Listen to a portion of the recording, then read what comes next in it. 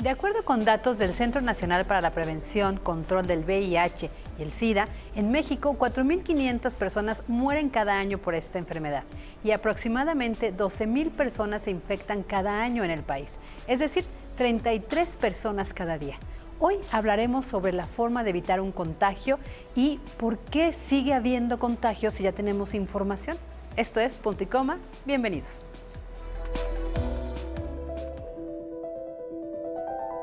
A casi 4 décadas de su descubrimiento, el VIH sigue siendo un tabú. Pareciera que no, aunque mucha gente pensara que no, sí hay una cierta discriminación, evidentemente, ¿no? Sí se notan miradas y tú te das cuenta como que se alejan así. Estigmas que hacen que la sociedad tema a las personas con VIH. ¿Qué pasa si yo tomo del mismo vaso? ¿Qué pasa si como del mismo plato? ¿Y si lo abrazo? ¿Y si le doy un beso? Esos son como de las circunstancias más frecuentes y menos ciertas que existen. Y las personas con VIH temen a la sociedad. En mi trabajo no lo saben, por ejemplo. En una primera instancia, por temor a que tal vez pueda ser, más que rechazo, pues haya problemas de despidos o ese tipo de circunstancias, ¿no? Michael perdió un empleo. Su jefe no creía que hubiera una buena razón por la que tuviera que faltar tanto por consultas médicas. Yo le iba a decir, pero después dije, ay no, o sea, no vale la pena, porque los escuché a ellos hablando, o sea, a mi jefe y a otros empleados, un día de una persona que tenía VIH, y o sea, era horrible como hablaron de esa persona. En México, 2 de cada 10 personas jamás daría empleo a personas con VIH.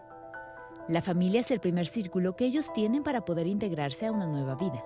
Pero 3 de cada 10 mexicanos no estaría dispuesto a permitir que en su casa vivieran personas con VIH. Y de repente, al revelar el diagnóstico a personas que ellos consideran confiables o seguras, pudiera ser que esas mismas personas reaccionen de una manera tal que la persona con VIH se sienta excluido, rechazado, señalado. Mi primera reacción es que mi familia no se entere porque no quiero que me vean con lástima. Pero va a pasar. Y no es culpa de ellos, es como no saben, la verdad no saben, porque conmigo pasó, yo también miré así. El estigma y la discriminación social son la principal barrera para detener la epidemia. Esconder el diagnóstico puede hacer que una persona no sea constante en su tratamiento o asista al médico. Creo que, o sea, ya no es tanto la gente, eres tú te tienes que hacer fuerte. Para vivir en sociedad e incluso buscar el amor. Uy, la vida en pareja. Para Imagen, Diana Jiménez.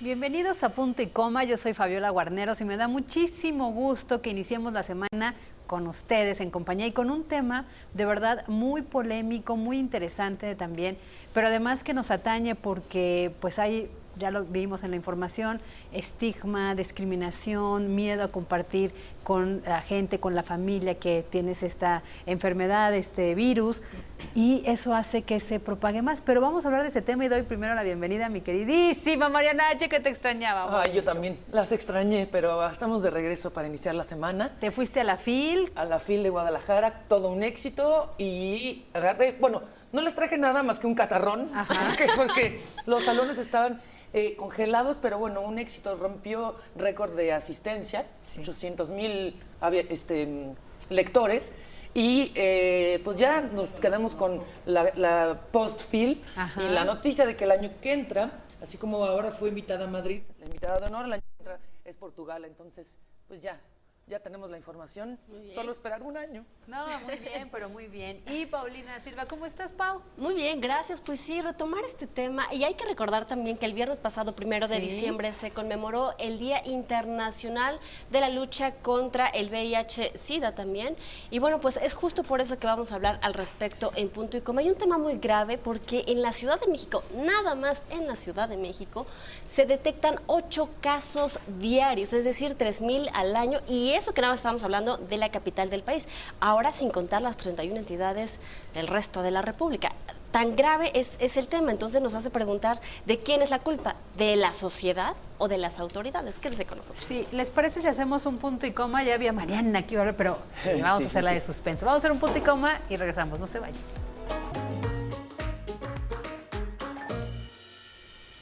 Y antes de darle la palabra a Mariana, les quiero presentar a nuestra invitada en el estudio. Ella es Lola de Yabú Delgadillo, secretaria de la organización Agenda Nacional Política Trans de México. Bienvenida, Lola.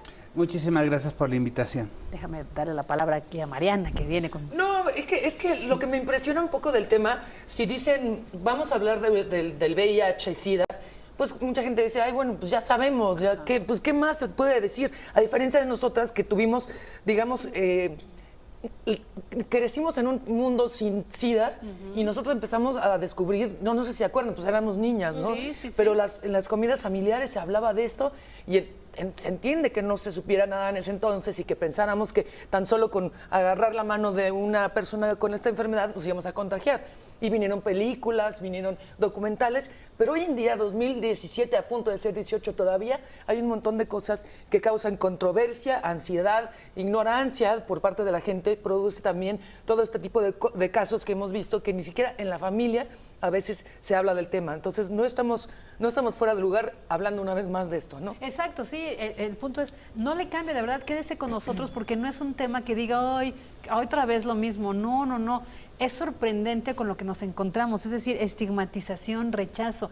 En la nota decía que 3 de cada 10 personas de las familias no quieren en su casa una persona con VIH-Sida. Si eso pasa en casa, si eso sucede en casa, imagínate, Lola, en una sociedad, en el trabajo, en la comunidad, ¿no? Cuánta ignorancia, cuánta discriminación. Fíjate que yo no tengo que imaginármelo.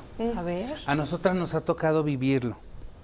Yo en lo personal no vivo con VIH, pero tenemos muchas personas conocidas que han llegado a ser hasta parte de nuestra familia cuando son rechazadas por la sociedad, cuando son rechazadas, cuando sufren alguna discriminación, cuando van a buscar un trabajo y resulta que les niegan los trabajos, porque hay muchas empresas en México que te hacen estos supuestos exámenes médicos que incluyen la prueba de VIH, pero no te avisan que te hicieron la prueba de VIH. Y el problema ahí es que ni siquiera, aunque salga un resultado positivo, te dan el resultado. Simplemente te niegan el empleo y ya después, por cualquier otra ocasión o cualquier otra circunstancia, te hiciste la prueba y resultó que saliste reactivo.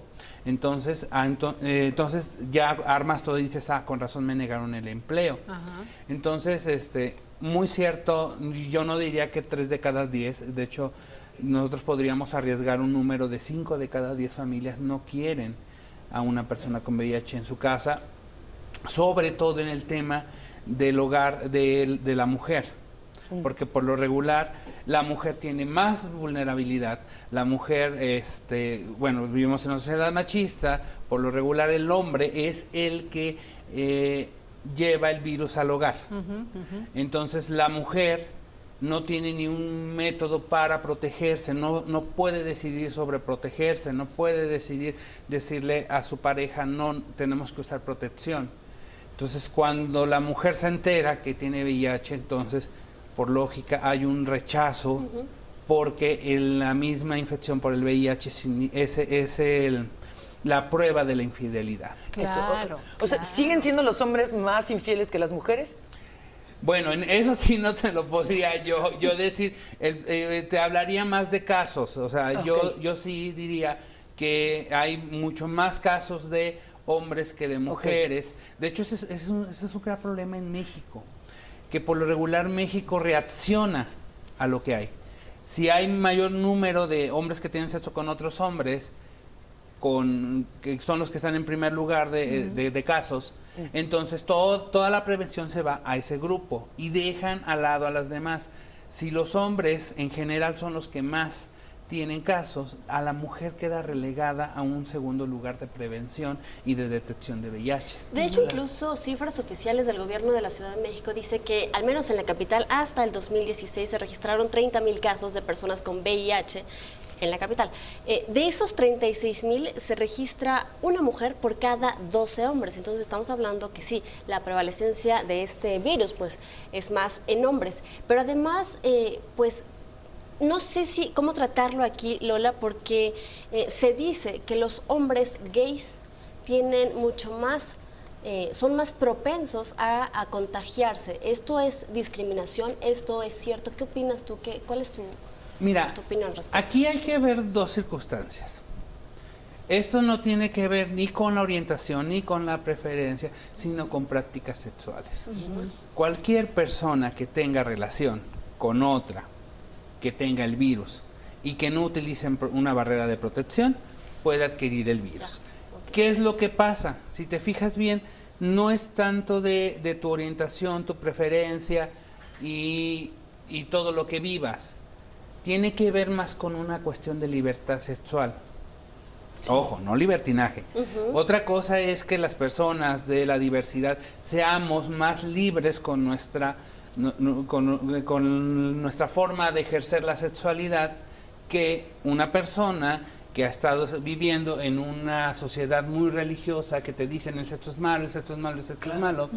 El problema es cuando estas personas salen a explorar su sexualidad, van sin armas. Claro, sí, no son pros para traer siempre en la bolsa condones, por ejemplo, cosas así.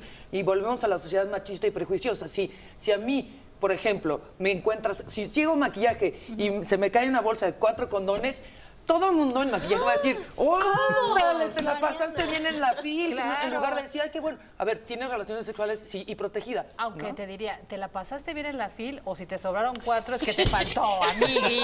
No quedaste debiendo. Ese es el caso. No, pero sí es mi cierto. triste caso, ¿verdad? Pero sigue siendo así como, en lugar de decir, pero hay una condición muy específica en México con los condones. Dentro de la canasta básica también existe el condón femenino. También, sí. Mi pregunta sería, ¿lo conocen? ¿Lo han utilizado? No. ¿Qué es lo que pasa? Que la misma Secretaría de Salud ya no lo compra porque las mujeres no lo piden, no saben utilizarlo. Cuando el condón femenino, que no está hecho de látex, sino de poliuretano, primero, no causa alergia a comparación del condón de látex.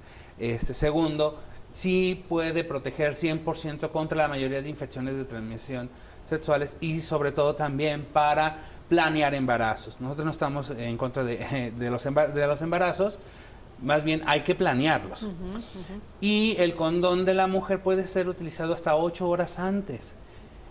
¿Qué es lo que pasa? Que es más costoso, es más difícil de poner y la gente no sabe. Para eso existimos organizaciones como en la que yo trabajo, Agenda Nacional Política Trans, que tenemos desde el 98, fuimos de las organizaciones que estuvimos impulsando que en México se tuviera el acceso al condón femenino, y el problema es que del 98 casi al 2018 sigue sin utilizarse. Esa le da la herramienta a la mujer para decir, yo soy la que me protejo. A nadie tengo que darle la responsabilidad de que se lo ponga o de ponérselo, sino que mientras yo me cuide, no necesito saber si la otra persona tiene o no vive con el virus. Claro. Pues vamos a hacer un punto y coma porque el tema, ya lo vieron, está muy interesante. Empezamos hablando de discriminación, de rechazo, y ahorita ya le sumamos machismo e ignorancia. Entonces, no se vaya, quédese con nosotros.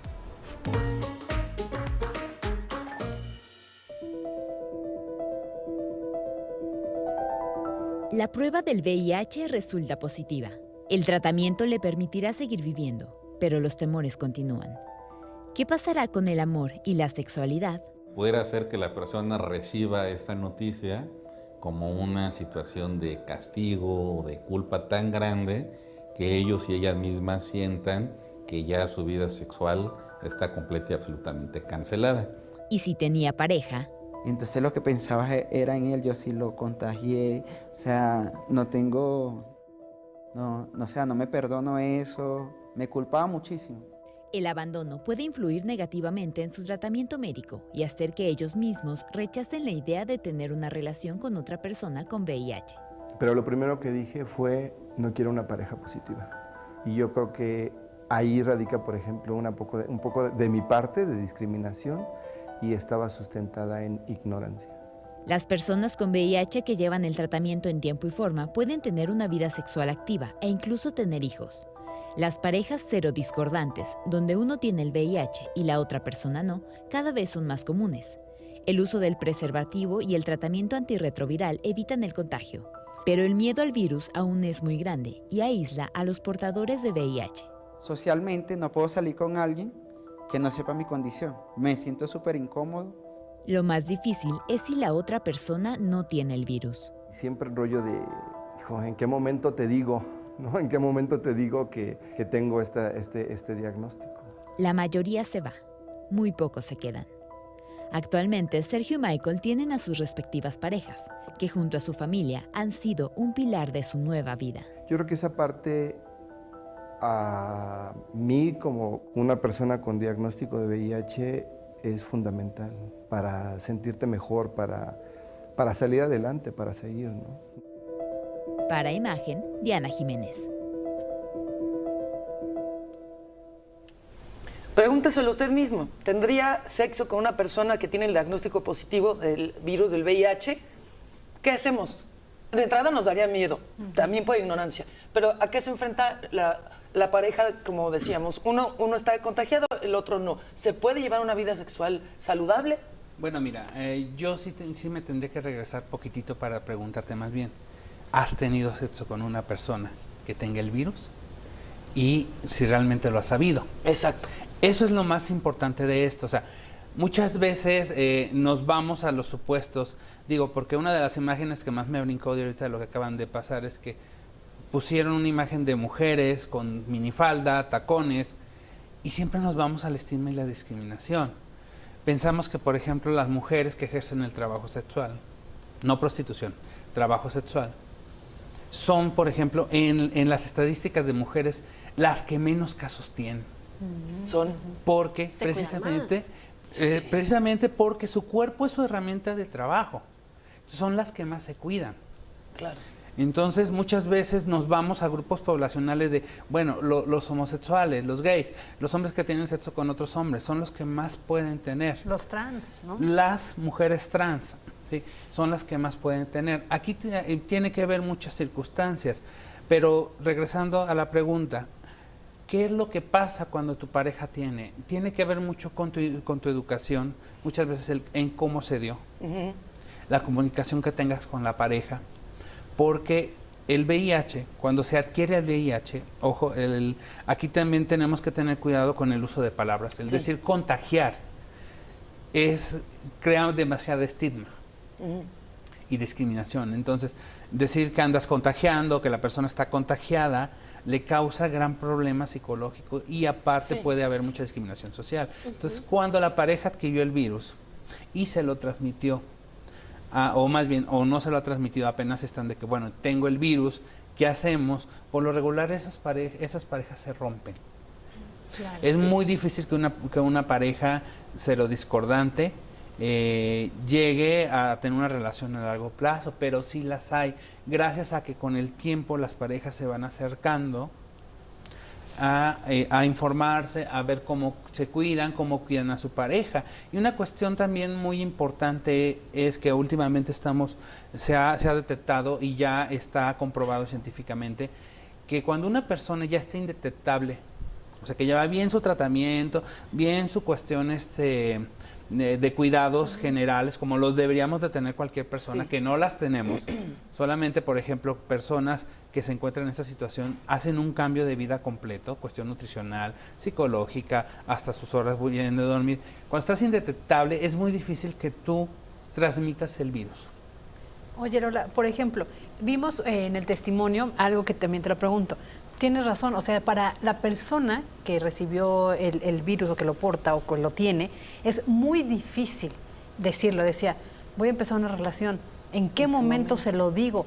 ¿Se lo digo, no se lo digo? ¿Me espero? Igual y si no dura, mejor no se lo digo, pero si ya va a durar, sí se lo digo, y pasa el tiempo y entonces sí duró, y entonces cuando se lo digo hay un rompimiento porque me mentiste o me lo ocultaste.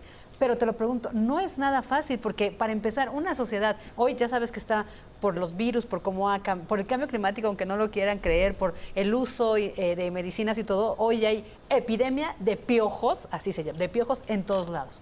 No es de un sector de la población de menos ingresos o de un rural, no, hasta ahora sí que las mejores escuelas creo que hay hasta más piojos. No se quiere decir, o sea, te da pena decir que tienes piojos cuando deberás de informar para que, oigan, hay piojos, ¿no? Imagínate. Bueno, mira, esto no solamente tiene que ver con la cuestión del VIH. Hay tantas infecciones de transmisión sexual que tampoco se curan y que pueden llegar más fácil hasta la muerte. Por ejemplo, el condiloma, primer causa de cáncer cervicouterino en la mujer, y que por lo regular el que transmite el virus es el hombre a la mujer. Entonces, el decir que tienes condilomas, herpes, que tienes hepatitis, muchas veces no se dice. No. Digo, a veces hasta el cáncer, ni siquiera a veces entre las parejas se lo dicen en primeras etapas, sino ya hasta que ya no puede ocultarse. Yo aquí preguntaría, más que decírselo, digo, no, ¿hay alguna parte de la legislación que te obligue a decirlo? Buen punto, sí.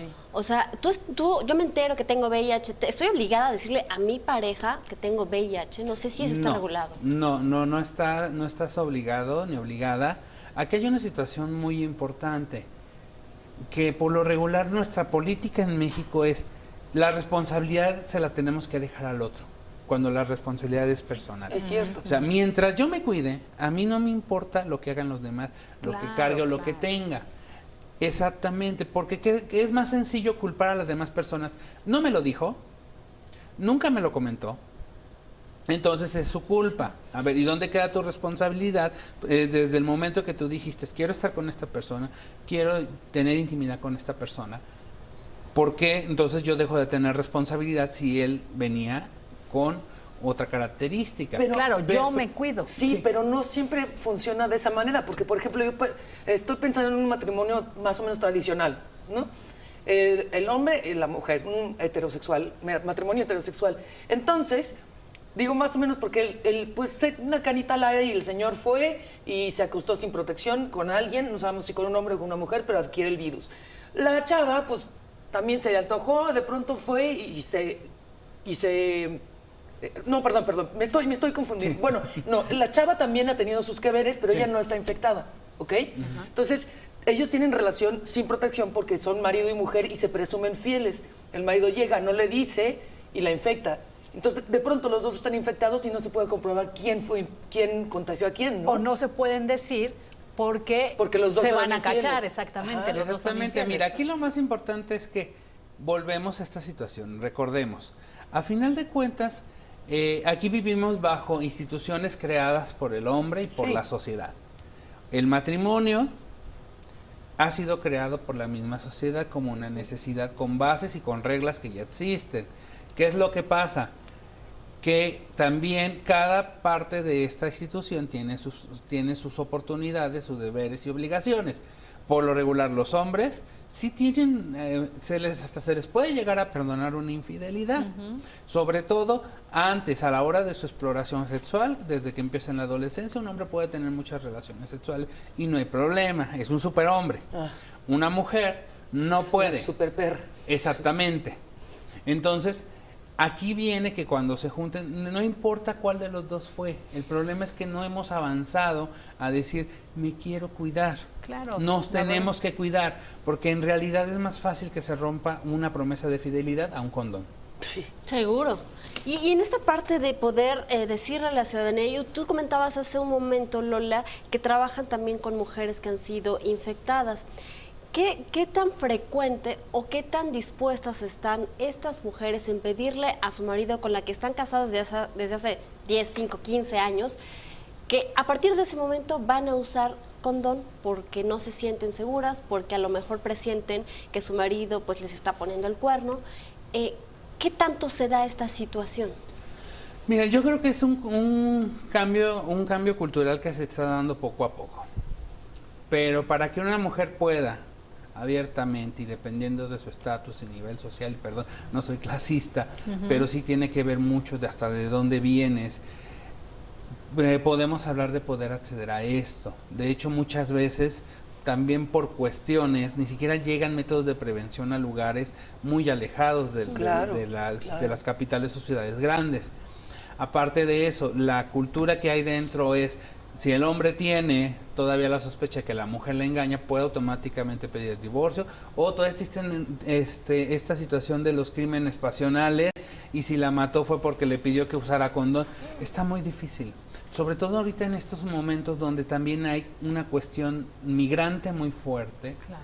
Donde una mujer migrante no solamente tiene que ser arropada, tiene que ser protegida y tiene que ofrecérsele métodos de protección como el mismo condón, porque tú no sabes si la persona puede ser víctima en su traslado, si puede ser violada, víctima de trata, no sabemos. Por ejemplo, nosotras tenemos un gran problema en la cuestión de prevención en mujeres con la ley de trata. Si nosotras damos condones a mujeres que puedan o no ser víctimas de trata, nos pueden llegar a detener por favorecer la trata. Porque así está la ley. Si yo le doy condones a alguien que a lo mejor es víctima y los utiliza para ganar dinero otra persona de lo que ella está haciendo, pues nosotros somos corresponsables de eso. Entonces, ¿dónde queda la prevención? Digo, hace falta que las cuestiones, las personas que legislaron esto revisen bien eso, porque independientemente que sean víctimas de trata o no, tenemos que reducir los daños cuando ellos son víctimas de un delito. Claro, sí. Bueno, seguimos con este tema. La pregunta en Twitter, ¿cuál crees que sea la razón por la cual el contagio de VIH sigue a la alza? A pesar de la información disponible, 79% ignorancia, 16% información no confiable, 5% no me interesa. Ah, mira, qué simpático. ¿Cómo? Qué grave, ¿no? Sí, qué grave.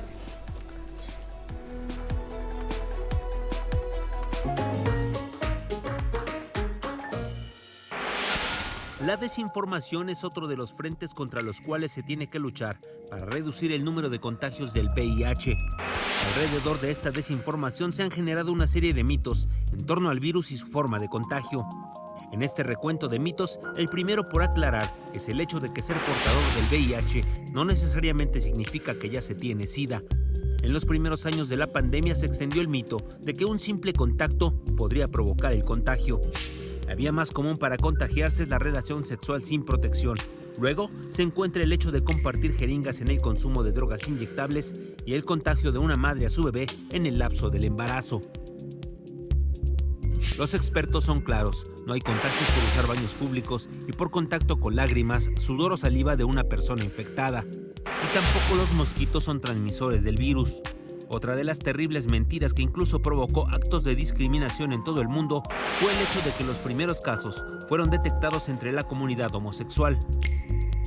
En la actualidad, la mayoría de las personas que viven con VIH en todo el mundo son heterosexuales. Los hombres infectan a las mujeres y las mujeres infectan a los hombres. Con información de Humberto Tapia, Imagen. Seguimos en punto y coma y mire, uno de los blancos o de las personas más afectadas por el VIH-Sida, de acuerdo con cifras oficiales, son las personas menores de 25 años, adolescentes y jóvenes.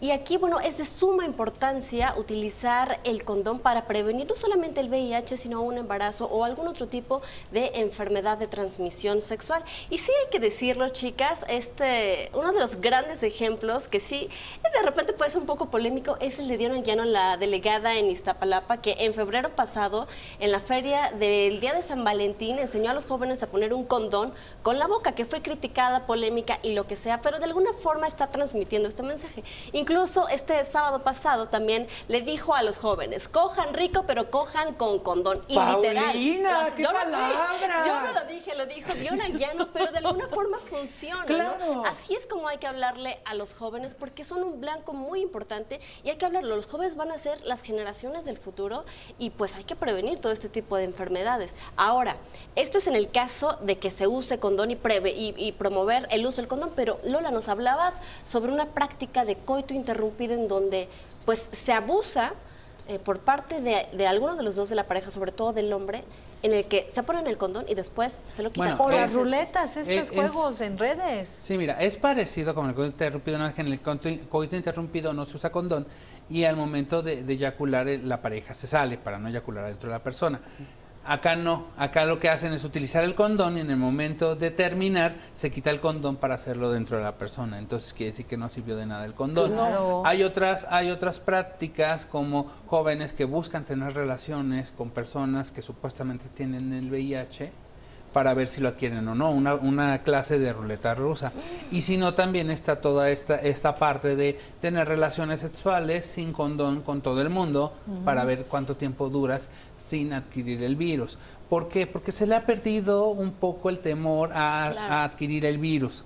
Como ya ven que los medicamentos están funcionando, la gente piensa, o más bien hemos nosotros ayudado a bajar un poco el estigma diciendo que es como cualquier enfermedad ya crónico-degenerativa, como la diabetes, como la hipertensión, que la gente puede llegar a vivir mucho más tiempo que antes, pero pues como siempre la información y la verdadera perspectiva de lo que buscábamos se ha distorsionado a, pues ya no es importante, me puedo contagiar y de todos modos ya hay medicamentos. O ya ahorita hay también dos tipos de tratamientos que se utilizan, el PrEP y el POS, que se habla de tomar medicamento antirretroviral antes de tener relaciones para no adquirir el virus, porque efectivamente evitan que lo adquieras, o está el post, después de haber tenido relaciones, me tomo el medicamento con antirretrovirales para que no me den. Como la pastilla de emergencia, pues. Exactamente.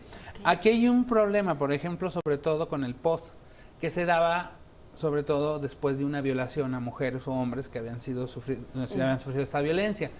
Pero si cada semana ibas a que te den el tratamiento, sí, claro, porque te habían violado, pues entonces primero, cuida tu vida, y fíjate dónde andas. Y dos, ¿qué es lo que pasa? La gente no entiende que cualquier tipo de medicamentos, no importa que ya se hayan hecho 20,000 estudios, no todas las personas reaccionamos igual. O pierden el efecto también. Y dos, también de que no tengan la misma efectividad, son hepatotóxicos y nefrotóxicos, o sea, poco a poco te van dañando hígado y riñón. Entonces sí, no vas a tener VIH, pero puedes tener una insuficiencia renal aguda, una hepatitis por cuestión química. Entonces la gente piensa que es tan sencillo como me tomo una pastilla y voy y tengo relaciones y de todos modos no me va a dar nada.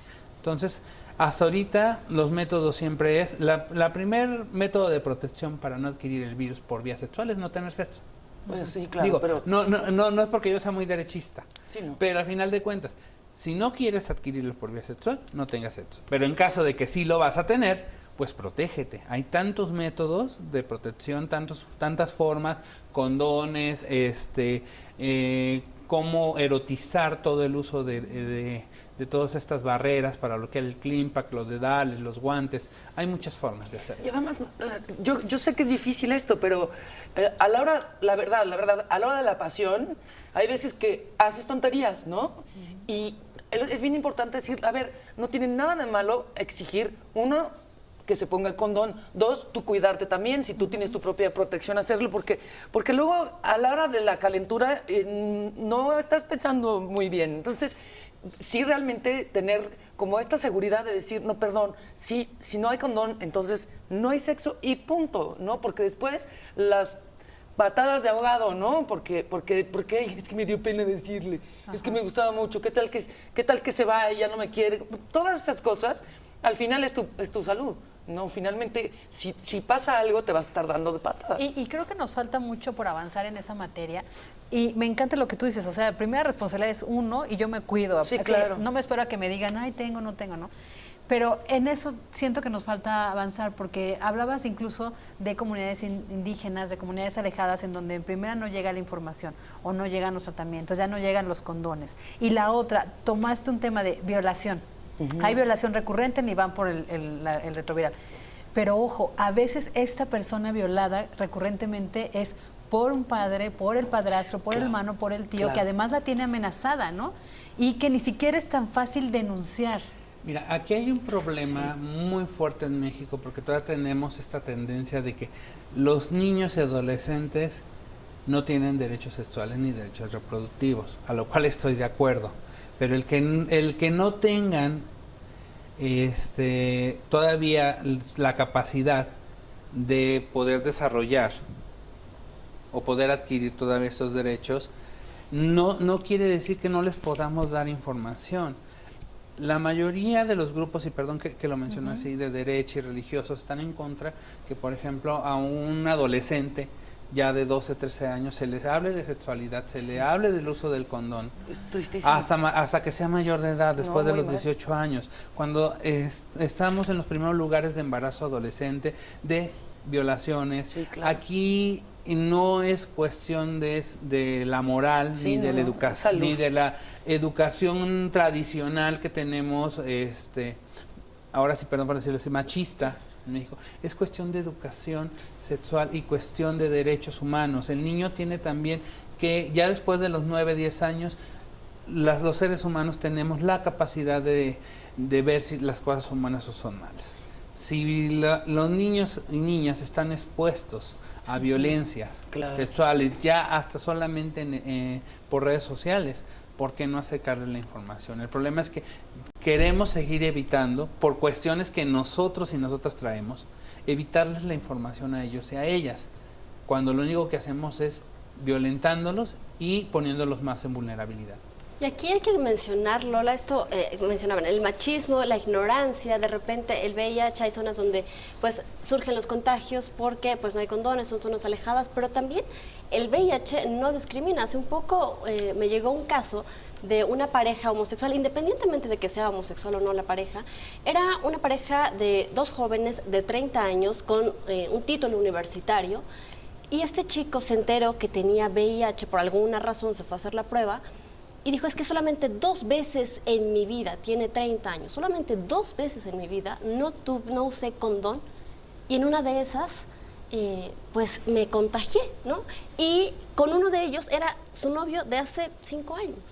Es decir, o sea, el VIH está en todas partes, y esto de que se le perdió el miedo de verdad, ¿es real o pensamos que nunca nos va a pasar? Mira, tiene que ver también una cuestión muy importante. Ahorita en la Agenda Política Trans hicimos pruebas en ciertas zonas específicas y me tocó una persona que andaba un poco tomada. Al principio no le quería yo hacer la prueba, pero se la hago. Su resultado fue no reactiva, o sea, negativa. Y la chica se puso a llorar, me dice, tiene desde hace 15 años que no me la quise hacer.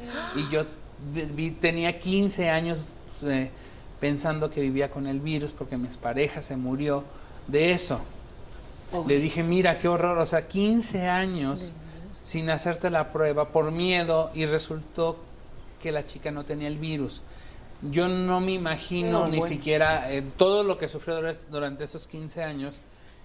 Y mucho menos imaginarme todo lo que sintió cuando supo que no tenía el virus. Pero eso es lo que pasa también en nuestra sociedad. La gente no quiere hacerse la prueba. Aparte, faltan muchas campañas específicas. En mi vida, yo aquí en México he visto, por ejemplo, una campaña dirigida para personas con discapacidad.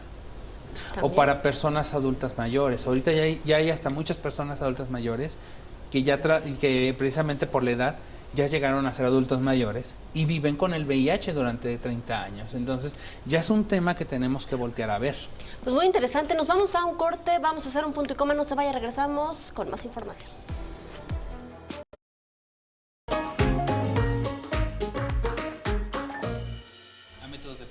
Oigan, aquí en Fuera del Aire estamos platicando con Lola, muy interesante, muy rico, y quiero que retome el tema. Antes de irnos a la pausa, nos decías que los grupos vulnerables, las personas con discapacidad, los grupos indígenas, no hay campañas para ellos, ¿no? Y tienes una campaña para los jóvenes, muéstranos. Bueno, primero retomando, una de las formas que utilizamos, bueno, de hecho esta se la copiamos a otra organización de aquí, que llevamos años ya trabajando, bueno, Agenda lleva ya mucho tiempo trabajando con ellos, fue poner los condones en un palito de paleta.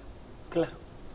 ¿Para qué? Pues para hacerlo más llamativo. De hecho, fue una forma de que las compañeras trabajadoras sexuales pudieran llamar a los clientes sin verse tan llamativas en la vía pública. Entonces se ponían el condón como si fuera una paleta cuando pasaban los hombres. Entonces ya los hombres entendían que estaban trabajando.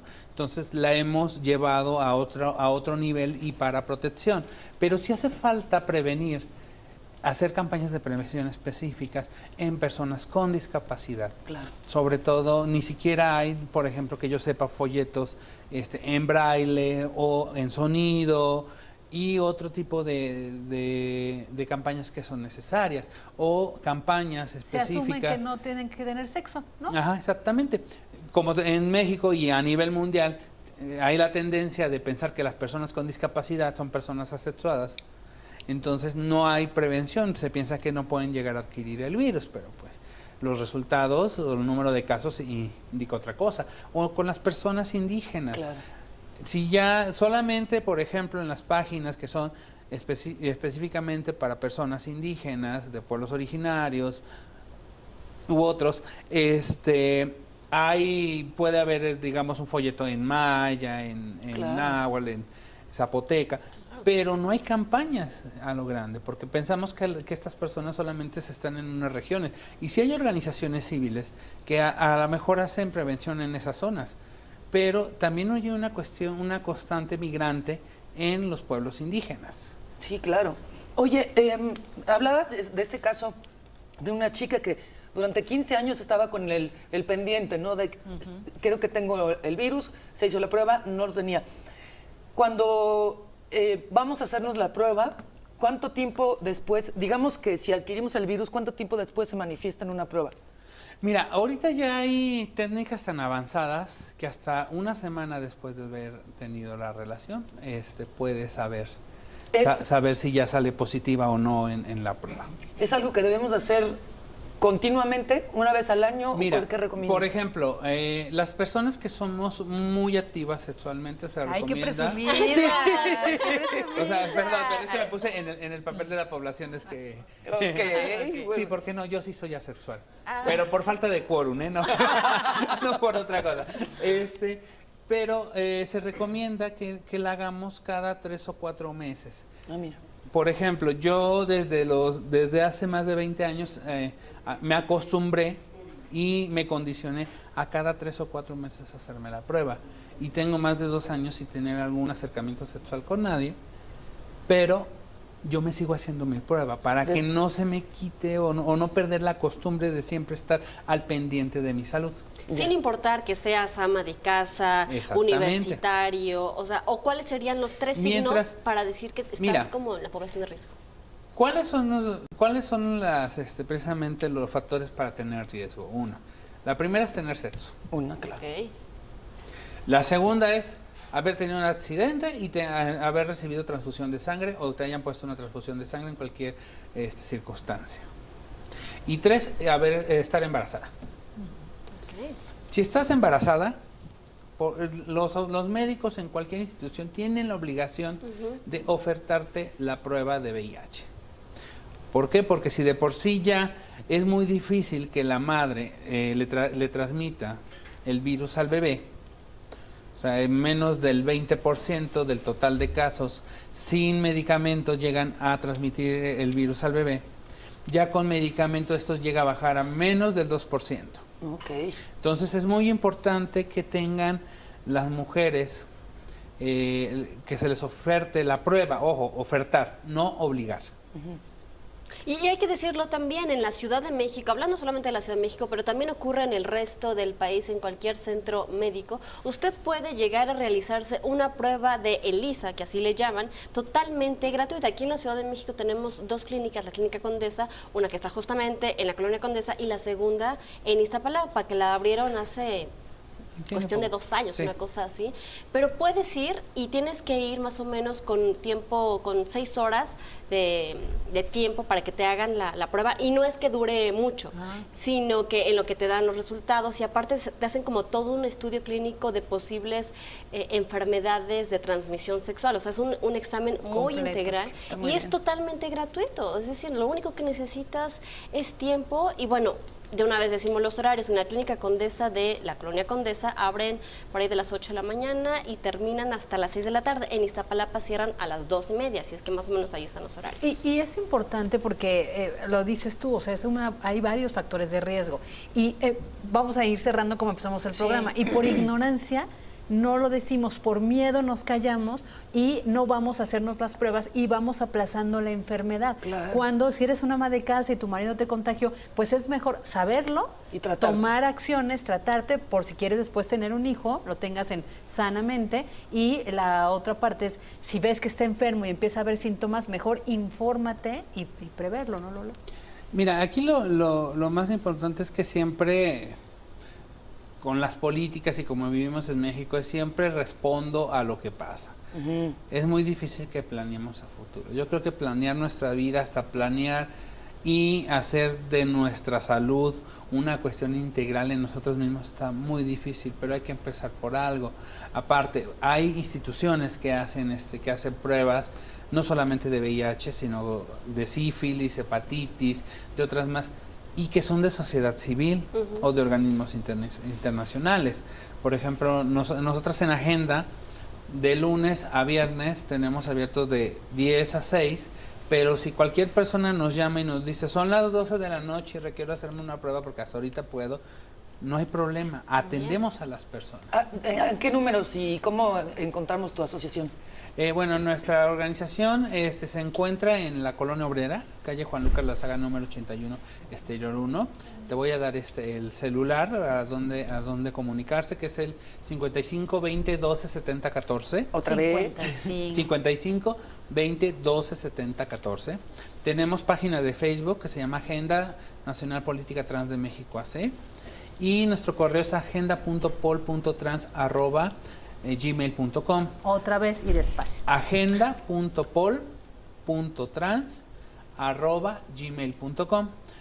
Y aparte trabajamos con alrededor de otros 2 o 3 centros comunitarios que, igual que nosotras, hacemos prevención y tenemos pruebas de detección rápida. Nosotros estamos ofertando la de VIH y la de sífilis. Estamos trabajando también en conjunto con Condesa para, si cualquier caso nos llega a salir reactivo, obviamente llevarla, acompañarla, porque no nada más es ya saliste, que sí tienes el virus y Ahí- pues ya ahí te no, ves, ahí te- damos un acompañamiento integral y les seguimos en todo el procedimiento. Ay, qué bien. Un acompañamiento incluso hasta Pues claro. emocional y terapeuta. Exactamente. Pues Lola de Yabú Delgadillo, muchísimas gracias. Gracias por tu presencia, por tu información. Gracias, chicas. Gracias. Háganse la prueba ya, no le saquen, háganse la prueba del Es VIH. gratis. Gracias, Pau. Además, gracias. Y yo me quedo con eso. Cuídate tú, empieza Sí. por ti. Usen condón. ¿No? Usen condón. Y gracias por participar con nosotros. Recuerden, mañana punto y coma a la 1 de la tarde. Y se queda en los titulares de la tarde con Gaby Tlaseca. No se vayan.